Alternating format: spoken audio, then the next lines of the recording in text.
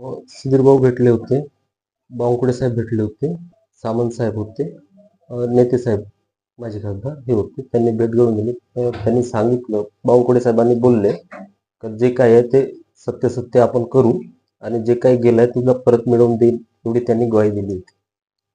आणि आता ते चालू पण झालंय सर, नाही का? आता ते चालू झालंय. आणि लाओसमध्ये जेव्हा मी फसलो होतो, पहिल्यांदा फोन विजय भाऊ वडेट्टीवारांना व्हॉट्सअपद्वारे कॉल केला होता.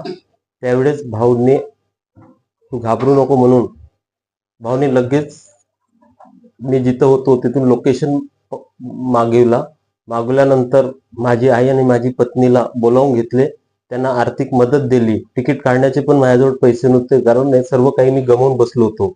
भाऊनी तिकीट पण दिली काढून.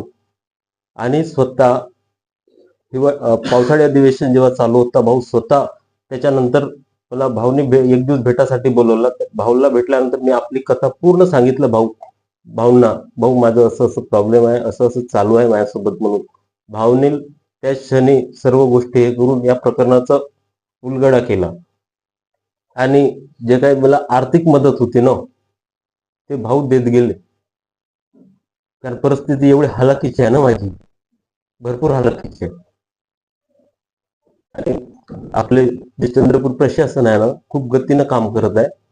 आपले पोलीस विभाग, महसूल विभाग खूप चांगलं गतीनं काम चालू आहे. पण इथे काही राजनीतिक आड आली आहे. ते मी 2 दिवसात सर्व स्पष्ट पुराव्यासहित मी सादर करेन. कोण दबाव टाकत आहे? आता मी ते सांगणार नाही सर, पण 2 दिवसात मी ते स्पष्ट करेन सर्व गोष्टी. काय दबाव काय टाकतात?